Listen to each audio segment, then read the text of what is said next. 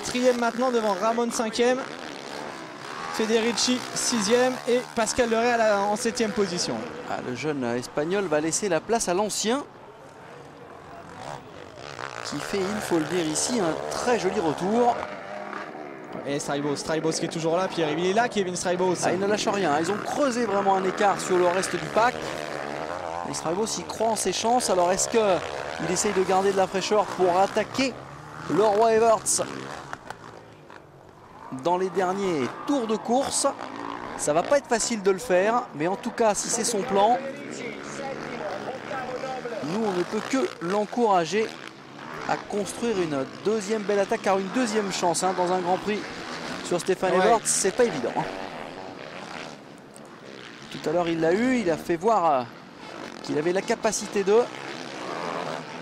Mais dès qu'on vient chatouiller Stéphane, forcément, il faut avoir les moyens de ses prétentions. Certes, il les a, mais pourra-t-il les maintenir jusqu'au bout?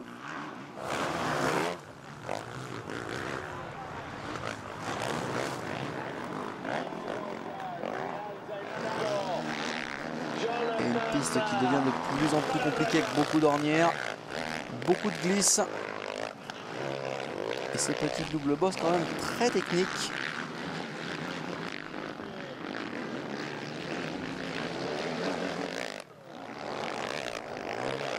Alors.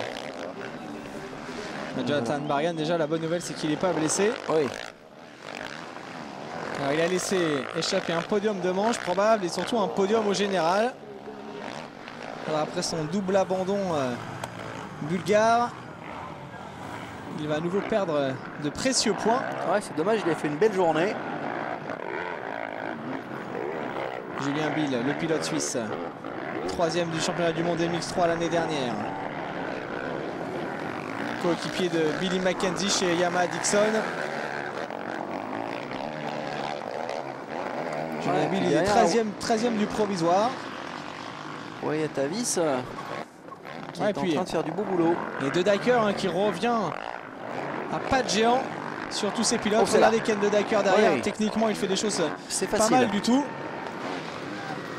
Il est sur la roue arrière de son coéquipier Marvin Vandal avec toujours cette portion très glissante. Des trous, c'est pas évident.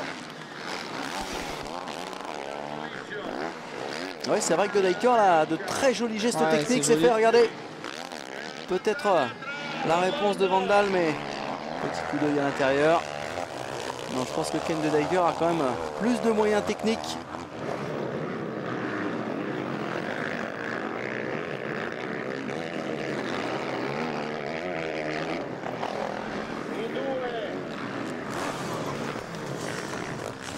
Des motos évidemment très sollicitées sur un circuit dur. Ouais, c'est James Noble, c'est Claudio Federici juste devant. C'est-à-dire que Pascal Leray n'est pas très loin normalement. Ouais, Pascal qui fera aussi une belle seconde manche si tout va bien. Voilà Federici, Noble. Federici, 7e, c'est longtemps qu'on ne l'a pas vu à pareille fête. Alors Pascal Leray qui est en 6e position. 6e place pour Pascal Leray. Ouais, mais 15 secondes d'écart entre Steve Ramon et Pascal Leray. Ouais, mais il est leader du second groupe, c'est bien. Vrai. Et derrière, c'est un petit peu plus compact, effectivement. Federici, Noble, la chute. Ouais, de Claudio Federici. Ah, il a plus de physique, Claudio Federici, c'est sûr. Mais il se sera offert un très joli début de course. Alors si on sait que le garçon a encore le talent, il lui manque un poil le physique. En revanche, Stéphane Everts lui ne manque pas de physique à 13 minutes et 2 tours de l'arrivée. Son seul job, faire en sorte que l'homme en jaune ne revienne pas aux commandes. Elle s'est donné un petit peu d'air, mais Straibos n'est pas loin non plus. Il a vraiment pas le droit à l'erreur quand même, Stéphane. C'est presque la première fois qu'il est titillé de la sorte, depuis la blessure de Sébastien Tortelli évidemment. Et c'est plutôt une bonne chose pour la suite du championnat. C'est-à-dire que Straibos est en dans une phase de progression. En ce moment, il se rapproche petit à petit de Stéphane Everts. En tout cas, c'est clair que le garçon doit bosser d'arrache-pied.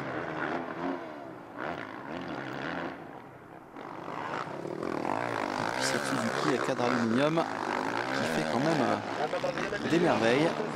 Regardez, il est plus rapide hein, en chrono, il est un poil plus rapide que Stéphane Everts. Et pour l'instant, on se dirige vers le même podium exactement le même podium que la semaine dernière avec le trio Everts, Straibos et Steve Ramon. Ramon a la régularité, un 4e tout à l'heure, il est 5e en ce moment. Ouais, c'est vraiment ce que je pense de la saison de Ramon. C'est jamais du très très brillant, mais toujours là. Ça lui avait réussi en championnat du monde 125 il y a quelques années, mais là, ce ne sera évidemment que pour les belles places d'honneur. Et Marvin Vandal, numéro 75. Ici à l'image, en bagarre avec Antti Pyronen pour la 14e place. Julien Vie est juste devant.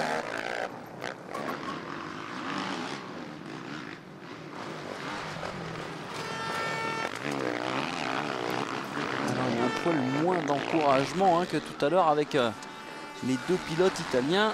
Néanmoins, les tifosi font quand même un peu fonctionner les cornes de brume. Et regardez, hein, les tribunes sont combles. C'est aussi agréable de voir que le motocross a beaucoup de fans. En Italie, hein, c'est vraiment une nation aussi de motocross.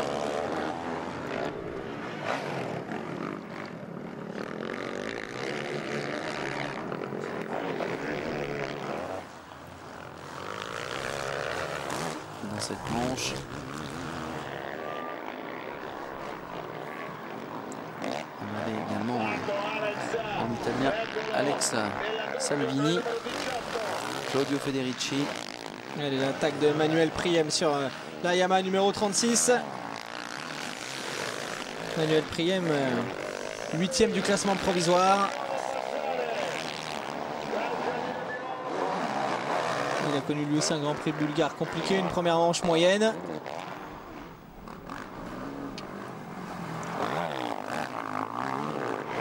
C'est vrai que par 2 fois hein, dans la saison, le Belge n'a pas marqué.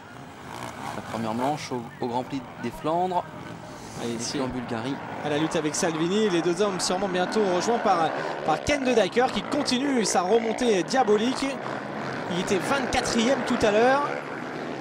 Et De Decker, on vous le rappelle, un 3e de la première manche sur le podium. Il faut absolument limiter la casse pour le pilote belge.